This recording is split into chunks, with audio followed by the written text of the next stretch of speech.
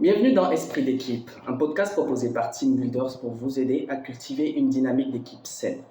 Aujourd'hui, nous parlons à nouveau d'un article intitulé « 4 types courants de conflits d'équipe et comment les résoudre ». Ses auteurs sont Randall Peterson, Preeti Shah, Amanda Ferguson et Stephen Jones.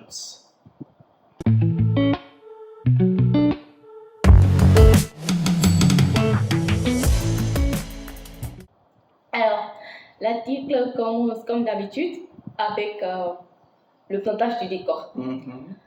Si vous avez déjà dirigé une équipe, vous travaillez au sein d'une équipe, vous savez que les conflits au sein d'une équipe sont aussi inévitables que gênants. De nombreux managers évitent autant que possible de gérer les conflits au sein de leur équipe en espérant que des personnes raisonnables parviendront à les résoudre. Malgré cela, des recherches montrent que les managers passent en moyenne plus de 20% de leur temps à gérer les conflits.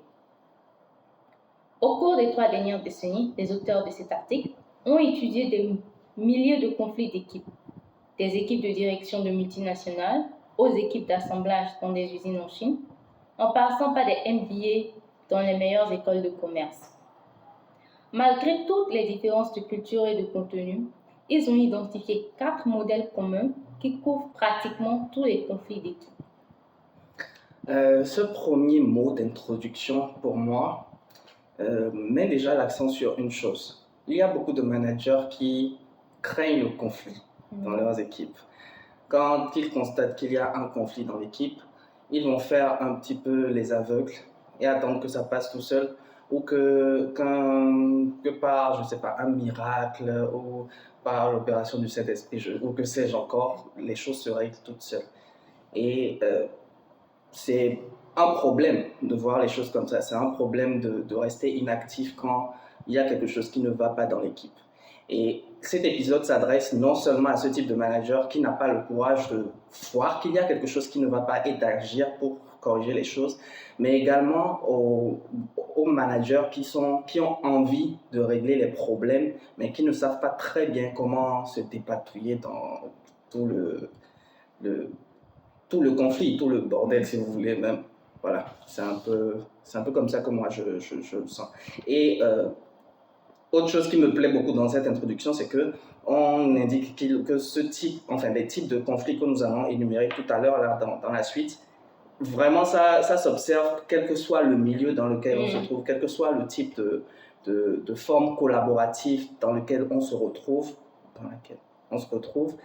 il y a toujours ce type de conflit, ces types de conflits-là qui surviennent à un moment ou à un autre. Il ne faut pas les fuir, il faut les affronter, il faut les gérer d'une façon indiquée. Et c'est sur ça qu'on va... Ce qui est appréciable, c'est la diversité de la cible de l'étude. Et en plus, la durée. Ils ont dit au cours des 3 dernières décennies, donc pendant au moins 30 ans, ils ont pris le temps d'étudier différents conflits à différents endroits du monde, dans différents domaines d'activité des équipes, différentes tailles d'équipes, différents, on va dire, historiques antécédents des personnes concernées. Et après tout ça, il y a quand même 4 modèles qui ont émergé. Ils ressortent toujours. Donc, ce sont ces modèles-là. On va s'attarder sur ces différents modèles-là et ce qu'on peut faire dans chacun des cas pour aider à la résolution du conflit. Alors, le premier modèle est intitulé le dissident solitaire. C'est le cas où le conflit ne concerne qu'une seule personne. Parfois, le conflit d'équipe concerne un individu au sein d'une équipe. Cette personne peut être l'intrus avec qui il est difficile de s'entendre ou qui n'est pas motivé à s'engager avec les autres membres de l'équipe. Ou cette personne peut être l'avocat du diable, qui pousse l'équipe essayant d'amener les autres à envisager différentes façons de travailler lorsque l'équipe est trop à l'aise. Les conflits dus à une seule personne sont assez courants, se produisant dans environ 20 à 25% des conflits d'équipe. Alors, est-ce que tu as déjà été dans un cas comme ça? Est-ce que tu as déjà constaté dans une équipe qu'il y a des conflits essentiellement dus à une personne? Bon, on va dire anecdote, mais je n'ai jamais vécu moi. Pas personnellement? Non, je n'ai jamais pas dans une équipe où une personne était isolée ou non. Ok. Une personne, non. Ok. Moi, je l'ai vaguement entendu déjà, mais voilà. Je veux dire, c'est pas isolé, puisqu'on dit que dans 20 à 25% des cas de conflit d'équipe, c'est le cas qu'on observe. C'est que c'est un individu dans la structure collaborative qui est généralement la source de tous les problèmes, si on veut, ou en tout cas la source des conflits, des mésententes. Et j'apprécie beaucoup que l'article mette l'accent sur le fait que il y a différentes raisons pour lesquelles cette personne pourrait se faire, disons, chambrer en griffe. Parce qu'elle cette personne ne se fait pas chambrer, c'est elle-même. C'est elle qui crée en fait le conflit et par conséquent, en réaction à la façon dont... forcément. En réaction à la façon dont la personne, comment dire, agit dans l'équipe, les autres l'isolent d'une certaine façon. Non, pas forcément. Le problème n'est pas que la personne est isolée, le problème est que la personne est toujours à l'instigation de débats, de discussions, d'affrontements. C'est pas que la personne est isolée, le problème c'est que la personne instigue toujours de nouveaux affrontements et de nouveaux conflits, des mésententes. La personne peut ne pas être isolée. Il y a des cas où on a des éléments perturbateurs qui ne sont absolument pas isolés. C'est pas faux. Oui, ça ne va pas de soi. Il peut très bien être... C'est vrai que c'est pas automatique. Oui, il y a même beaucoup plus de cas où la personne est bien aimée et c'est justement ça qui lui donne la force de créer tout le temps de la mésentente. Elle est très extravertie. Elle est très intégrée dans tous les cercles. Elle a la main partout et elle peut facilement planter ses mauvais graines à gauche ou à droite. Bon, qu'est-ce que l'article nous dit dans la suite? Alors, on a premier cas, si votre équipe connaît ce type de conflit, assurez-vous que l'équipe ne se lise pas contre l'individu.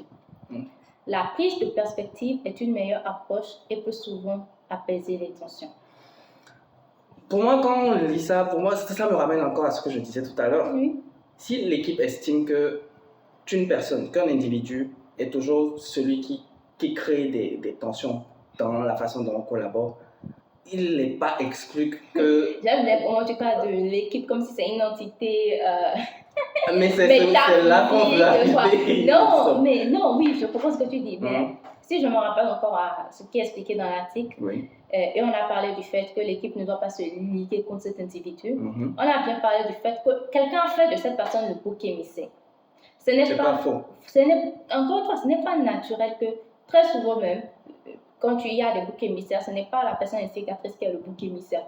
La personne instigatrice a déjà prévu son mouton noir avant de commencer. Donc, ce n'est pas aussi blanc et noir. C'est pour ça que je ne voudrais pas qu'on tombe dans le travers d'aplatir la discussion à ce niveau-là. Ouais. Ça reste toujours qu'il y a quelqu'un qui est instigatrice de mésentente. On peut savoir qui c'est, comme on peut ne pas savoir qui c'est. Et le reste de l'équipe. Le manager, lui, est censé justement relever tous ces détails-là. Oui, il est censé Mais le reste de l'équipe peut ne pas avoir toutes les informations et tout ça. Alors, en tant que manager, il faut s'assurer que le reste de l'équipe, si jamais ils ont remarqué que c'est cette personne qui est à la base de toutes les difficultés et tout ça, qui ne se lutte pas contre lui justement pour l'isoler. Pour cette raison. Donc, on n'est pas dans le cas de figure où la personne est isolée, où on a déjà créé un truc où voilà, cette personne-là, c'est un peu le dernier... la pièce rapportée de l'équipe. On n'est pas encore arrivé dans ce cas-là.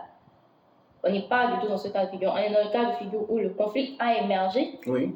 Le manager peut facilement rapporter la source de ce conflit à une seule personne. Donc, il doit s'assurer que le reste ne se ligue pas contre cette personne. Et dans ces cas-là, du coup, qu'est-ce qu'il est recommandé de faire? Qu'est-ce qu'il est recommandé de faire en fait pour éviter que le reste de l'équipe se ligue justement contre cette personne? Que le reste de l'équipe prenne cette personne à partie, que le reste de l'équipe considère que cette personne est problématique pour l'équipe?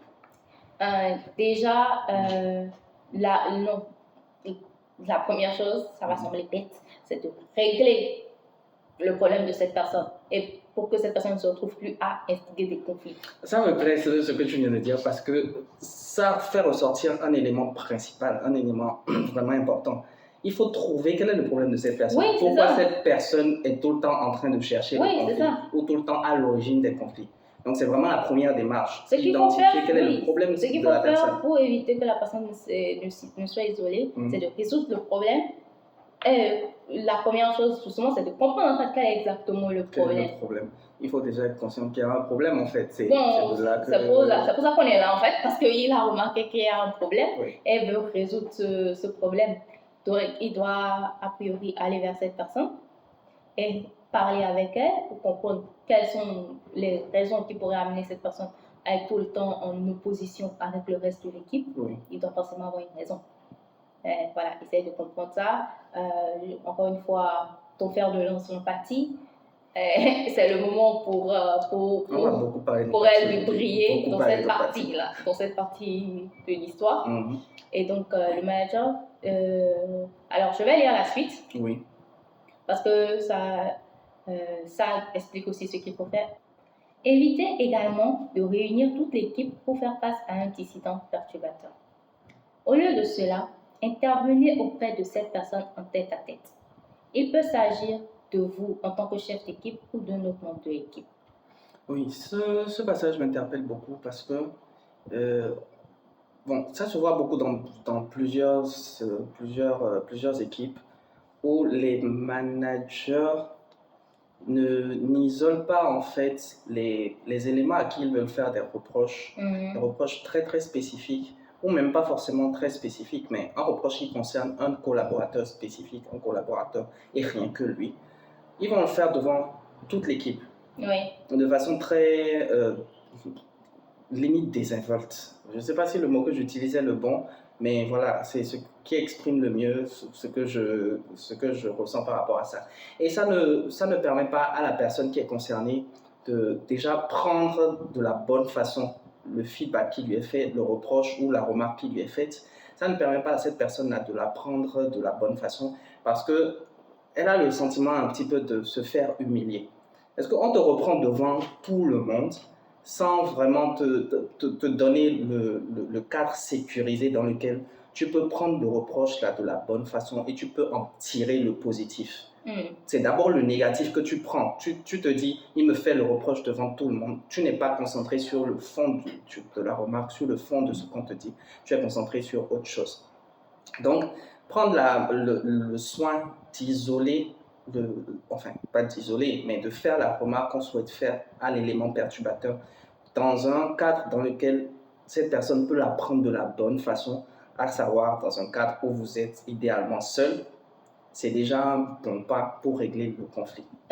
Déjà, moi, je vais revenir sur plusieurs choses. Ici, on ne parle même pas encore de faire des reproches. On a remarqué que cette personne est la source des conflits. Oui.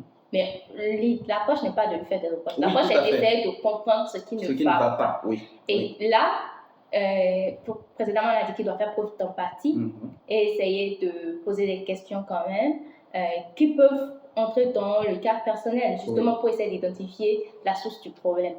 Il ne peut pas faire ça devant tout le monde. S'il veut un professeur, on a déjà parlé à plusieurs reprises dans le passé du fait que les conversations sensibles doivent se faire à huis clos, en tête à tête, le manager avec la personne intéressée pour que justement la personne soit plus à l'aise pour s'ouvrir. Tout à fait. Et aussi, peut-être que moi, je travaille, supposons moi, je suis la source du conflit dans mon équipe, peut-être parce que je travaille avec une situation personnelle qui me stresse et qui rejaillit. Est-ce que j'ai envie de partager ma situation personnelle avec tout le monde? Non. Mais je peux peut-être me sentir plus en mesure de la partager avec mon manager parce que je sais qu'il est responsable de moi et qu'il a un œil de superviseur et qu'il faut quand même. On voit ça très souvent où quelqu'un traverse une situation où son l'équipe n'est pas au point où le manager sait et il sait faire les réaménagements nécessaires pour accompagner cette personne, même si le reste de l'équipe ne sait pas. Au courant, Donc, dans ce cas, il faut être en tête à tête. Un autre point que j'ai trouvé intéressant, c'est qu'ils ont dit qu'il peut s'agir de vous en tant que chef d'équipe ou d'un autre membre de l'équipe. Donc, si le manager voit peut-être que cette personne a plus d'affinité avec une autre personne de l'équipe, il peut responsabiliser cette personne pour lui dire, essayer de parler avec lui pour savoir qu'est-ce qui ne va pas et comment on peut l'aider. Et l'autre, étant plus proche, ayant plus d'affinité, pourra plus facilement l'aider à s'ouvrir. Ce n'est pas, donc dans certaines situations, c'est au manager de savoir qui est la bonne personne à envoyer pour parler avec cette personne. Et bien entendu, on n'est pas en train de dire que le manager doit se décharger de sa responsabilité de discuter avec cette personne pour identifier quel est son éventuel problème. On prend le cas où le manager est conscient du fait que la personne a plus d'affinité avec un autre individu dans l'équipe et serait plus à même, plus disposée à se confier à cette personne-là. C'est dans ce cas exceptionnel seulement, à mon avis, franchement, que le manager peut solliciter quelqu'un d'autre dans l'équipe pour faire cette discussion en privé là, pour savoir est-ce que la personne traverse une situation difficile ou quelles sont les motivations de la personne pour créer tout le temps des conflits dans l'équipe. Maintenant, s'il n'y a pas une personne qui remplit ce critère-là, le manager doit prendre ses responsabilités, aller au-devant des choses et vraiment avoir cette discussion avec la personne concernée et identifier les problèmes, et ça lui permet d'avoir une base pour régler les problèmes qui se posent dans l'équipe. Voilà. Alors, on va parler du deuxième modèle, qui est le combat de boxe. Le cas où deux personnes au sein d'une équipe sont en désaccord. Ce modèle de conflit est le plus courant au sein d'une équipe. Il représente environ 35% des conflits d'équipe. Est-ce que tu crois que c'est vrai que ce soit le modèle le plus courant? À vrai dire, moi, ça ne me surprend pas que ce soit le modèle le plus courant parce que j'ai rarement vu des sources différentes de conflits dans des équipes, en fait. Ah oui, donc le type de conflit que tu as rencontré le plus souvent, c'est quand deux personnes... Deux personnes, oui. Ça, c'est mon expérience. D'accord. Elle est différente, ta tienne? Toi, tu trouves ça surprenant que ce soit le cas le plus répandu? Non, pour moi, je me disais que les 4 cas seraient à peu de choses près équilibrés et les chiffres seraient à peu de choses près équilibrés. Je ne m'attendais pas à ce qu'il y a un cas qui sorte vraiment du coup. Moi, je n'ai pas beaucoup expérimenté de conflits d'équipe. Les cas où j'ai expérimenté des conflits d'équipe, oui, c'est vrai que j'étais en désaccord avec une personne, mais c'est très différent dans le cas où j'ai déjà dit que je n'ai pas vraiment, au cours de ma carrière conventionnelle, fait partie d'une équipe. Tu étais manager, mid manager. J'ai été responsable très tôt. Donc, voilà. Ou avant d'être responsable, j'étais peut-être responsable de moi-même et de collaborer et de communiquer avec une autre personne qui était responsable pour notre plan. Mais une équipe avec laquelle on travaille, quand j'ai intégré ce type d'équipe, j'étais déjà en poste de responsable. Donc, je ne dirais pas que c'était un conflit personnel, c'est qu'un membre de l'équipe ne produisait pas beaucoup et donc j'ai dû accorder plus d'attention. Et voilà, l'attention peut être mal ou bien reçue. Et ça a créé de petites frictions. Mais ça n'a pas, selon moi... Je trouve que ce n'est pas tout à fait l'archétype du combat de boxe. C'est ça que je dis. Ça n'a même pas influé sur la dynamique de l'équipe en entier. Ok, attends, laisse-moi voir si j'ai bien compris le cas que tu décris. Toi, tu avais identifié dans une équipe que tu manageais un élément qui n'était, disons, pas au niveau. Oui, selon. Donc, pas forcément qui n'était pas au niveau, mais. Dont les performances n'étaient pas optimales, n'étaient pas les meilleures, en tout cas pas au niveau des autres. Ce n'était pas non plus une question de performance. C'était quoi? C'était plus que cette personne venait avec du mal à s'adapter. S'intégrer. Voilà, c'était une question d'adaptation. Où la personne venait avec son bagage, son expérience dans une autre entreprise, venait intégrer la nôtre et ne passait pas à notre manière de procéder. Ok, donc elle avait du mal à délaisser ses process précédents. Oui, parce que cette personne était habituée, pensait que ses process étaient meilleurs. Puisqu'elle était habituée. Donc, elle avait du mal à passer à un nouveau type de processus que nous avons adopté dans notre entreprise. D'accord. Mais est-ce que les frictions n'étaient pas tant entre vous deux? La friction venait du fait que je devais quand même pousser, mettre un peu la pression à cette personne-là, oui, pour qu'elle en quelque sorte se conforme à la manière dont nous fonctionnons ici dans notre entreprise. C'est un peu comme si la personne vient d'une autre entreprise avec une autre culture. Nous avons une autre culture. Et la personne a besoin d'un temps d'adaptation, mais la personne ne fait aucun effort pour s'adapter. Elle ne veut pas s'adapter en fait. Donc à un moment, moi, je dois un peu pousser. Ok, dans ce cas, c'est un petit peu un combat de boxe, à mon avis. C'est un petit peu le cas. Mais voilà, il n'y avait pas d'affrontement en tant que tel, c'est juste que la personne n'aimait pas le fait que je lui mette la pression. Ok, maintenant ma question c'est de savoir, généralement dans ce type de conflit, ce que moi j'ai observé c'est que les autres membres de l'équipe qui ne sont pas directement impliqués dans le conflit en question, ne vont pas ces gens-là ne vont pas vouloir prendre parti. Ils ne s'agit pas de prendre parti d'ailleurs, mais ils ne vont pas s'impliquer. Ils ne rentrent même pas dans le conflit. Le conflit là ne les concerne pas, ça ne passe au-dessus de la tête. Voilà. Donc, en fait, est-ce qu'ils en sont conscients au moins? Ils sont conscients que ce conflit existe? Oui, ils sont conscients qu'il y a quelques frictions entre tel et tel. Et que du coup, quand ils travaillent ensemble, aucun d'eux ne donne le meilleur. C'est pas comme si on faisait ce qu'on n'est pas dans le meilleur, mais comme si on a des tensions entre nous, quand on travaille ensemble, il y a une certaine procédure l'un vers l'autre qui fait que voilà, ce que j'aurais pu produire peut-être si j'avais travaillé avec un autre membre de l'équipe aurait été meilleur. Et ce qu'il aurait produit peut-être en travaillant avec un autre membre de l'équipe aurait été meilleur. Ok. Ben, je suis curieux de savoir ce que dit l'article pour résoudre ce type de conflit ou comment il faut procéder dans ces cas-là. D'accord. Et de voir comment ça a fonctionné pour toi ou comment ça a fini avec, enfin, dans votre cas. D'accord. Alors, le conflit dyadique peut être basé sur la relation. Par exemple, si deux personnes ont des antécédents d'animosité l'une envers l'autre. On est sûr que ce n'est pas le cas dans votre cas. Mais on va quand même... Oui, bien sûr, bien sûr. Il est possible alors que la médiation puisse être utile, ou le fait de rencontrer chaque individu séparément, puis ensemble, les aide à exprimer leurs sentiments et leurs points de vue. Cela dit, faites en sorte que ces séances soient séparées de l'équipe et privées. J'aime bien qu'on revienne sur le fait que ça doit être privé. Privé, oui, j'allais le dire. C'est très important que ce genre de choses soient gérées en privé et pas au vu de tout le monde. Parce que une chose, tout à l'heure j'ai demandé si le reste de l'équipe était conscient du fait qu'il y avait des frictions, qu'il y avait un combat de boxe dans l'équipe. Et c'est que, en fait, c'est pas dans tous les cas que les autres collaborateurs de l'équipe s'en rendent compte. Ils ne sont pas toujours tous conscients du fait que dans l'équipe, il y a quelque chose qui ne va pas entre deux individus, entre deux personnes.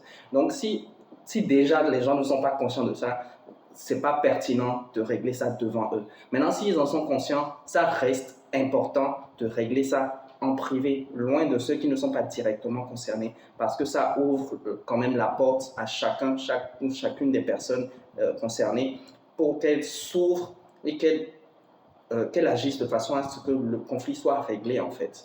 Je pense qu'il y a aussi quelque chose qu'il faut prendre en compte, c'est qu'il faut rencontrer chaque individu séparément. Séparément avant. Et après, maintenant, les rencontrer ensemble pour faire une médiation. Donc, je pense que ça renforce vraiment l'idée qu'il faut prendre du temps en privé, isolé du reste de l'équipe pour faire ce travail. Une autre phrase qu'on n'a pas lue mais que j'ai bien aimée dans l'article, c'est on a dit ne laissez pas la médiation devenir un drame pour le reste de l'équipe. Donc voilà, les gens qui sont à la recherche des quotas et tout ça, là, même s'ils ne sont pas source de conflit, faire ce genre d'intervention devant eux va alimenter la machine à ragot et baisser la productivité et la performance de l'équipe. Donc c'est une approche à éviter dans tous les cas.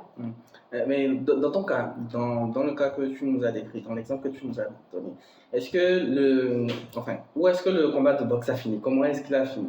Je pense qu'on va lire d'abord le deuxième cas, qui est parce que ça se rapproche un peu plus de ma situation. D'accord, allons-y. Si le conflit d'une équipe est dyadique, mais centré sur les tâches de l'équipe, les dirigeants doivent utiliser une stratégie différente.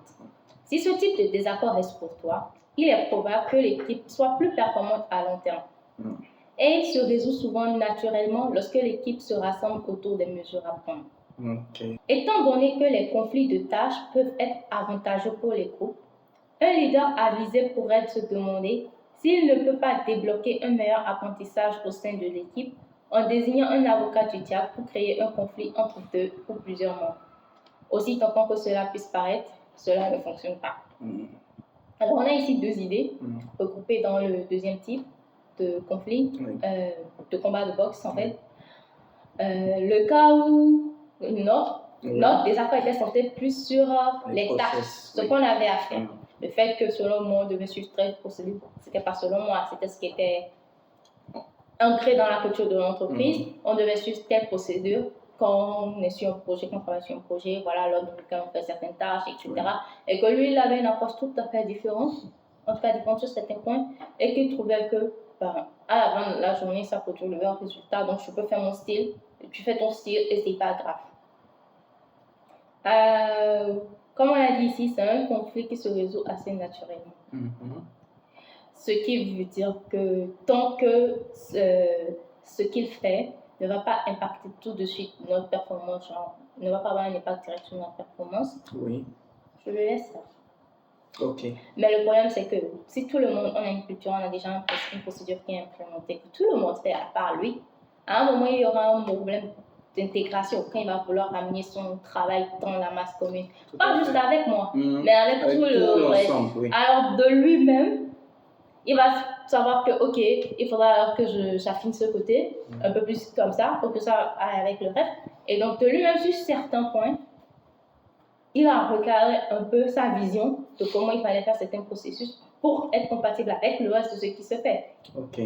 Donc, dans ce type de conflit, en fait, ce n'est pas que de la responsabilité du manager de trouver une solution, pas uniquement.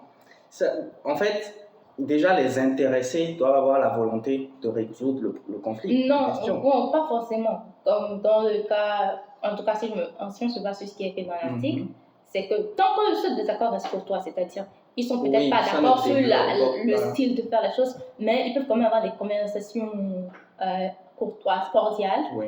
Ça ne plombe pas l'ambiance à la pause café, ni dans l'open space. Ça va. Ça va. Ça va. On peut laisser faire. On m'a dit c'est un conflit qui va se résoudre naturellement. Oui, parce que chaque partie va se rendre compte. Non, parce que déjà, puisque c'est un travail de groupe et d'équipe, on n'est pas d'accord sur les tâches et tout ça, mais en fait, il y a une manière de faire pour que ça marche. Oui.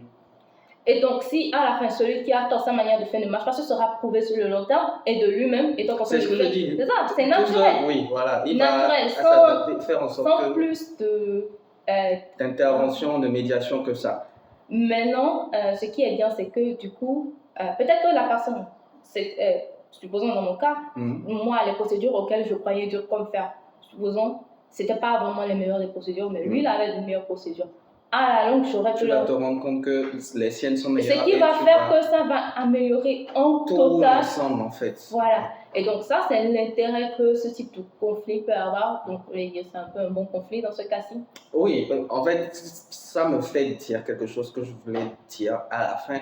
C'est que le conflit n'est pas absolument mauvais. Le conflit n'est pas un problème dans tous les cas, n'est pas toujours un problème. Il n'est même rarement un problème en fait. Et ce qui est intéressant, c'est qu'ils ont aussi tenu à mentionner dans l'article que puisque ces conflits peuvent être avantageux, certains leaders pourraient vouloir les créer. Oui. Et ça, c'est quelque chose qu'il faut absolument éviter de faire parce que à l'expérience aurait prouvé. Il y a une étude là qu'on n'a pas commencé, mais voilà, l'expérience a prouvé que ça plutôt, les conflits artificiels, les conflits de ce type qui sont artificiels ont plutôt des effets néfastes sur le groupe, déjà parce que ça déstabilise la confiance les uns envers les autres. C'est très important dans une équipe quand même. Voilà, donc c'est quelque chose à éviter à coup sûr. Alors, on peut passer au type de conflit suivant. Alors, le troisième type de conflit qui s'intitule les factions en guerre. C'est le cas où deux sous-groupes au sein d'une équipe s'affrontent. Chaque sous-groupe peut préférer un objectif, un projet ou un résultat de décision différent. La plupart des membres de l'équipe sont susceptibles d'être impliqués dans ce type de conflit, prenant parti pour un camp ou pour l'autre. Ce conflit représente environ 20 à 25% des conflits au sein des équipes. Tout de suite, moi, j'ai un sentiment. C'est que le type de conflit dont on a parlé précédemment pourrait très rapidement déboucher sur ce type de conflit-là, si les membres de l'équipe s'impliquent. Mais si on se réfère à la partie précédente, il a été mentionné que en général, ça ne déborde pas. C'est vrai, tout à fait. Ça ne déborde pas, déjà pas. Donc, quelque part, parce qu'en général, les gens ne sont même pas conscients. En général, les gens ne s'impliquent pas dans les conflits qui ne concernent que deux personnes. Ils restent en retrait. Oui, parce que ça reste quand même un conflit de personne à personne. C'est pas faux. Maintenant, si on est dans ce cas-ci, quand même, ce que j'ai noté dans l'article, c'est qu'ils ont dit que c'est un conflit très dangereux. Oui. Parce que justement, ça amène tout le monde à prendre parti. Ce n'est pas, c'est pas comme si on a deux personnes qui s'affrontent et qu'ils auront leur soutien et chacun a son soutien. Non, ce n'est pas ça. C'est des oppositions d'idées qui créent ce genre de conflit. C'est-à-dire qu'on a une équipe où on a clairement une division au sein de cette équipe.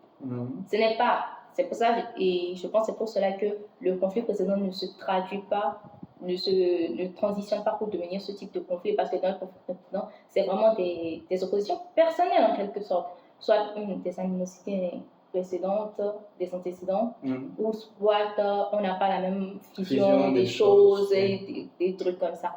Mais dans ce cas-ci, il y a une véritable division et les gens prennent clairement position. Pour l'autre. Et personne n'essaie, justement, puisque ce n'est plus personnel, c'est un peu comme une cause. Chacun défend sa cause. Et dans ce cas-là, il y a moins de place pour l'empathie.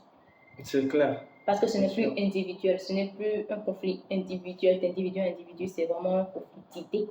Et là, l'empathie n'est plus beaucoup au rendez-vous parce qu'on n'associe plus les personnes à ce qu'elles sont, mais plus à une idée généraliste et déshumanisante.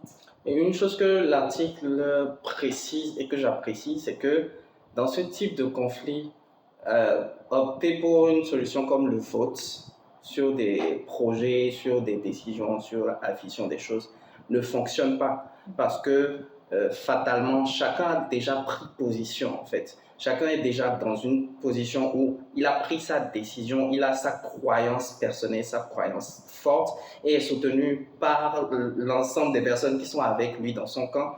Et même si le vote arrive et que, disons, une voix, enfin, un camp l'emporte, les autres ne sont toujours pas acquis à la cause parce que à la base, leur ressenti, leur façon de voir les choses, c'est bien identifié, ils n'ont pas l'intention de démordre.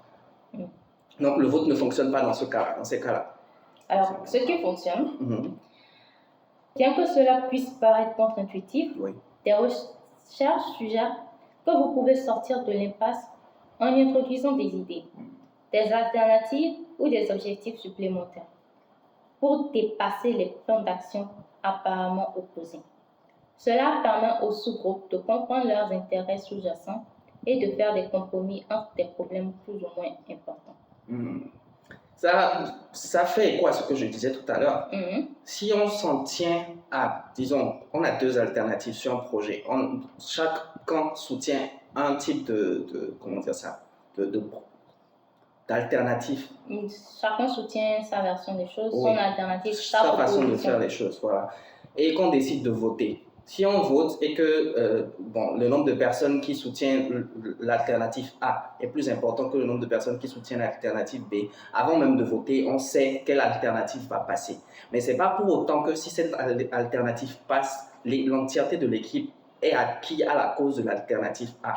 C'est qu'en fait, c'est juste le nombre qui a réglé le problème, mais ça n'a pas réglé le problème de fond parce que les personnes qui sont pour l'alternative B n'ont pas été acquises à la cause, elles n'ont pas été convaincues de la pertinence de l'alternative. Mais quel est le problème que ça pourrait causer selon toi dans une équipe? Parce qu'à la fin, on a voté, voilà ce qu'on va faire et on avance.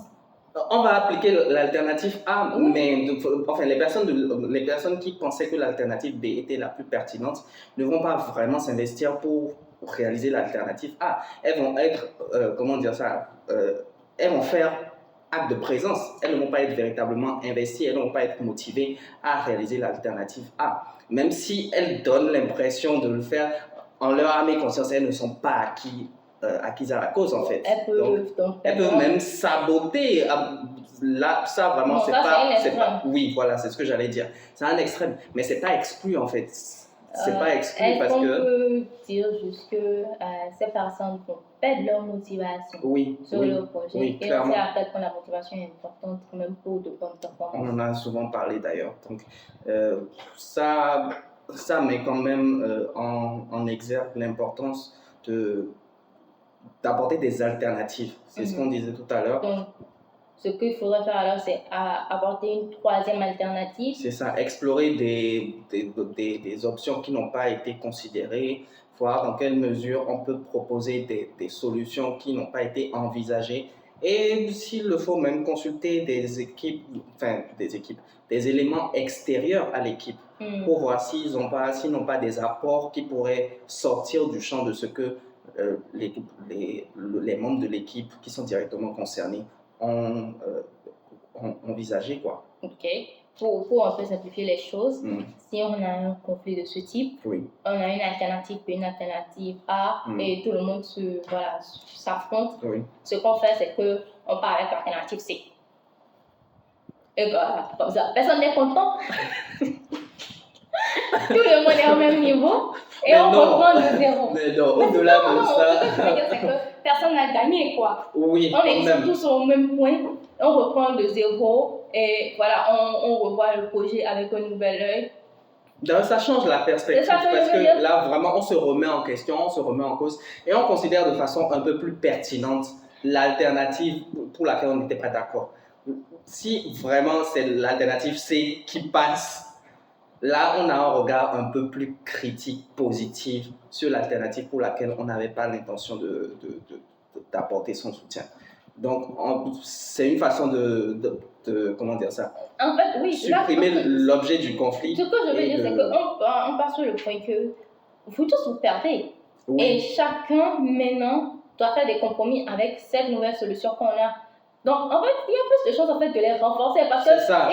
En fait, là, ils sont unis dans quelque chose. Oui, voilà, mais ils sont en train de dire, bon, maintenant, on va essayer de s'adapter à cette alternative, c'est qu'aucun de nous ne voulait. Oui. Voilà. Diviser pour me régner. Bah écoute, parfois ça fonctionne. Tu vois, il n'y a jamais rien de 100% négatif. Bon, alors nous avons le quatrième type de conflit, qui est le jeu des reproches, où toute l'équipe est en désaccord. L'image prototypique du conflit d'équipe est celle de tout le monde qui se dispute. Mais bien que cela se produise de temps en temps, c'est relativement rare. Moins de 15% des équipes connaissent ce modèle de conflit d'équipe pur et simple. Je pense que c'est le type de conflit qu'on observe, disons, au début d'un projet. Quand un projet va être lancé ou quand on a une nouvelle perspective qui arrive, tout le monde a sa conception de la chose, tout le monde voit les choses d'une certaine façon. Donc, il est absolument probable qu'on ne soit pas d'accord sur la façon d'exécuter le projet en question. C'est dans ce cas-là qu'on observe généralement ce type de conflit. Une autre situation, je pense, c'est quand le projet bat de l'aile. Aussi. Ou quand il y a un problème, il y a un problème, quand ça ne marche pas, quand ça ne fonctionne pas, qu'on n'a pas les bons résultats et qu'on n'a pas vraiment une source claire de la raison de l'échec en quelque sorte. On a tendance à commencer à se blâmer les uns les autres. C'est probablement toi, quand tu faisais le rapport, tu n'as pas mis assez d'images, ça n'a pas retenu l'attention du client. On commence à chercher la petite bête partout. Pour s'assurer en fait que personne ne pointe le doigt vers soi. C'est plus ça en fait. C'est ça. Et ça crée un grand conflit au sein d'une équipe. On a dit ici que c'est relativement rare. C'est quand même le pourcentage le plus bas de tout ce qu'on a dit jusqu'à là, moins de 15%. Est-ce que toi, tu as déjà quand même rencontré ce type de situation? À vrai dire, je pense que tout le monde a déjà un petit peu expérimenté ce type de situation parce que, oui, ok. Tu as donné l'exemple du moment où le projet bat un peu de l'aile et on ne sait plus vraiment quoi faire. On est un petit peu dans une impasse et on ne sait pas si on va mettre un terme au projet simplement ou si on va chercher encore des solutions. Et dans cette situation-là, on n'est pas vraiment axé recherche de solutions en tant que tel. On est axé sur qu'est-ce qui n'a pas fonctionné, qu'est-ce qui a dérapé, qu'est-ce qui a posé problème en fait dans le processus. Et dans cet ordre d'idées-là, on cherche à identifier toutes les fois où quelqu'un a fauté. Même la plus petite erreur peut avoir eu, d'après soi, une influence sur l'échec du projet. Et dans ces cas-là, je sais pas, moi je me suis déjà retrouvé plusieurs fois dans ces cas-là. Où un projet commençait à battre de l'aile et tout le monde est un petit peu à bout de souffle. On n'est pas vraiment en train de rechercher des solutions. Non, ça c'est pas ça qui est le problème. On cherche à...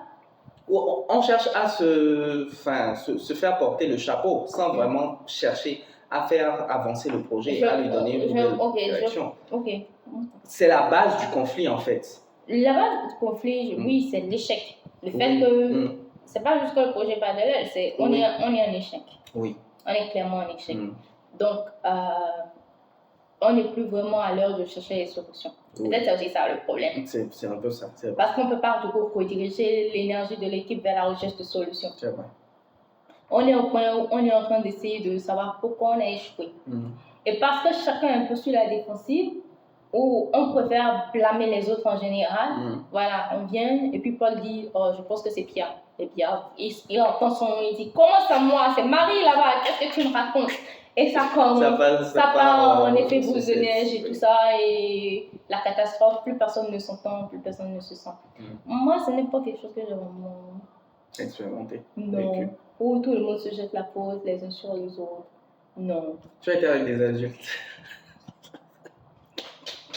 Oui, je sais que c'est un hot take ce que je vais dire. Non, parce que justement, ils ont pas dit que c'est rare. Et moi, vraiment, oui, dans mon expérience, c'est assez rare. C'est rare. Quand on se retrouve voilà, tout le monde est en éruption, tout le monde fait l'autre.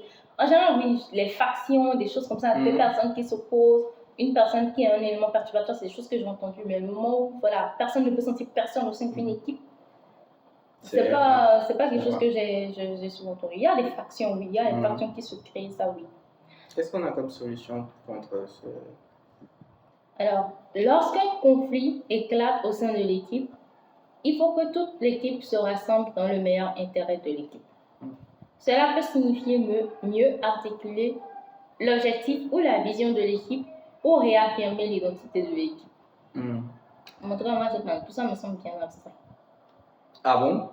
Bon, on a dit... Puisqu'on a dit, dans quel cas généralement ce type de conflit se fait observer? Oui. Soit c'est au début d'un projet tout neuf, où on ne sait vraiment pas quelle direction on va prendre, soit c'est quand le projet bat de l'aile.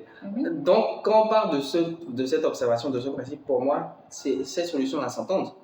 Oui, mais ce que j'ai dit, je ne dis pas que la solution ne s'entend pas, je dis que c'est abstrait. C'est pas on dit articuler l'objectif ou la vision de l'équipe, réaffirmer l'identité de l'équipe. Comment je fais ça? Comment je fais ça? D'accord. Exemple. Alors, comment mieux articuler l'objectif? Par exemple, comment travailler sur la vision de l'équipe? D'accord. Déjà, moi, ça me fait penser à une chose, la culture de l'équipe, la culture d'entreprise, comment l'équipe met en pratique la culture de l'entreprise. Donc, la culture d'entreprise, pour moi, il faut déjà la rappeler à ce moment-là. Ensuite, est-ce qu'on est tous toujours impliqués dans le projet? Je dis toujours impliqués dans le projet, ça exclut un peu le cas où le projet est neuf. Mais est-ce qu'on a tous envie... En fait, même dans l'autre cas, le projet est fini, en fait.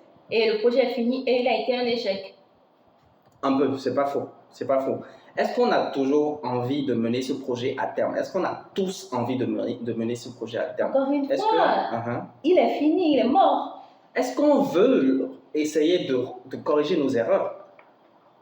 Est-ce qu'on veut essayer de prendre une direction différente? Est-ce que tout le monde a envie de retravailler, de rebosser sur ce projet? Justement, c'est ça que je te dis. Tu parles beaucoup du fait que le projet qu'on va continuer. Et là, moi, je te dis que c'est un projet qui a été clairement un échec. Et puis, c'est fini. Ok. Si le projet est fini. Parce qu'en fait, ce que tu dis là, c'est facile à partir de ce moment. Il faut juste rassembler les troupes, insuffler une nouvelle et relancer la motivation, la machine de la motivation. Et le conflit va disparaître parce que chacun a de nouveau un nouveau point de concentration pour travailler. Mais s'il n'y a pas ça, le projet est fini, il n'y a plus rien à faire sur ce projet. C'est fini, on l'a perdu. Ça a été un échec cuisant. On a perdu de l'argent. On fait quoi maintenant? On n'a pas quelque part où rediriger notre énergie. Et alors on est là à se blâmer les uns les autres. On peut avancer aussi. Oui, comment? Ok. On apprend de ses erreurs. Oui. Pour moi, c'est... on fait un bilan. Mais toujours sans... comment dire ça? Sans avoir à se blâmer. Parce que quand on parle du principe de se blâmer, en fait, c'est parce qu'on se blâme qu'on a un conflit. C'est parce qu'on se blâme, c'est parce qu'on cherche les coupables. C'est parce qu'on cherche qui a fauté, qui n'a pas bien géré les choses, qu'on est en plein conflit, en fait. Donc, à partir du moment où on change de vision, on change de façon de voir les choses, où on se dit, ok, ce projet a été un échec parce que si, parce que ça, toujours sans blâmer, sans chercher à accuser qui que ce soit, mais de façon objective. Qu'ils ont mis dans l'article, c'est qu'il faut garder se concentrer sur le collectif et non l'individuel, et non les tâches spécifiques à quelqu'un. Genre, en tant qu'équipe, voilà, on veut faire ci. les problèmes ont commencé au moment où on n'a pas pu tenir les deadlines. Peut-être prochainement, on va faire très très attention aux délais, à vraiment respecter les délais. Des choses comme ça, au lieu de dire... On ne blâme pas une personne ou quelques individus, non. C'est la responsabilité de toute l'équipe. Voilà. Et c'est ça, en fait, qui doit rester au cœur du bilan qu'on fait. Oui. Et qui permet de move on, qui permet de dépasser ça. Oui. Alors, un autre conseil alors, ça a été de déplacer le centre de la conversation de l'examen des causes des commentaires négatifs vers la nécessité de travailler ensemble pour résoudre les problèmes à l'avenir. Ça veut dire que si ce projet, d'accord, il est perdu. Mais est-ce que ça veut dire que tous les prochains projets qu'on aura seront perdus? Non, en fait. On tire des leçons de ce qu'on a eu comme désagréments, comme inefficacité, difficulté, tout ce qui a fait que le projet précédent a échoué. On le prend et on fait en sorte que ça ne se reproduise pas, que ce ne soit pas la cause de l'échec du projet qui arrive. Une chose que j'ai aussi bien aimé, c'est qu'ils ont parlé de la nécessité de travailler ensemble pour résoudre les problèmes à l'avenir. Ça veut dire qu'il faut quand même le rappeler.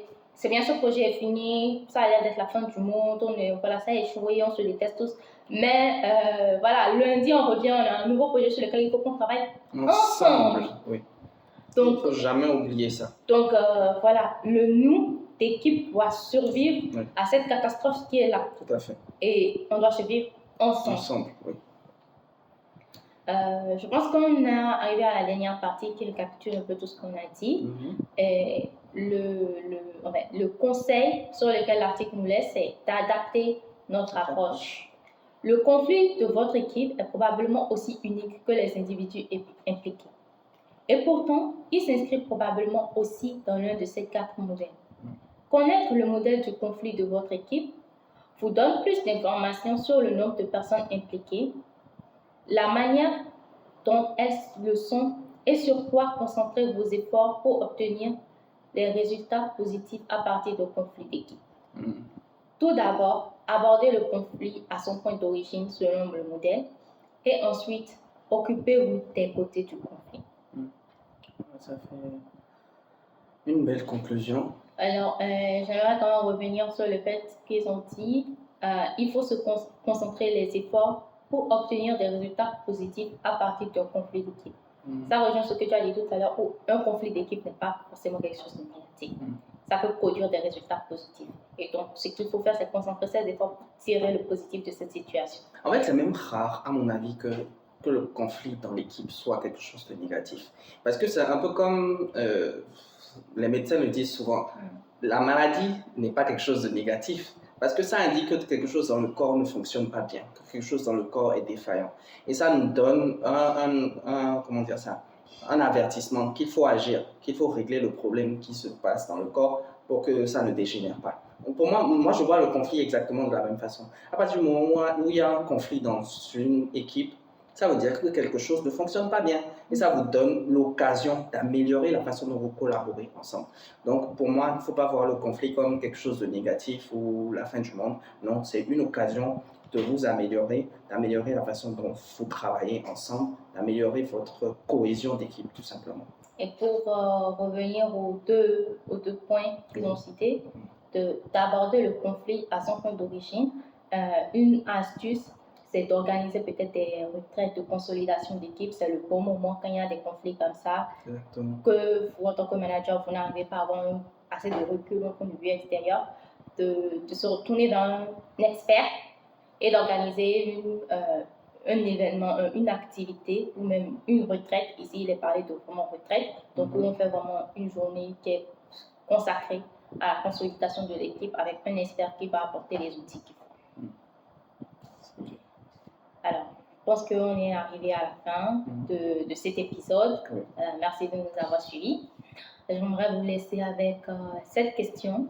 En tant que membre d'une équipe, si vous remarquez l'existence d'un conflit entre vos collègues ou même si vous nous faites partie d'un conflit, comment est-ce que vous pouvez appliquer les conseils qu'on a vus dans cet article, dans cet épisode, même si vous n'êtes pas manager? Alors, likez cet épisode s'il vous a plu. Partagez à toutes les personnes qui ça pourrait intéresser. On se retrouve très bientôt pour parler d'un nouveau sujet. Alors, abonnez-vous pour être sûr de ne pas rater le nouvel épisode. Et en attendant, gardez votre esprit d'équipe. Au revoir.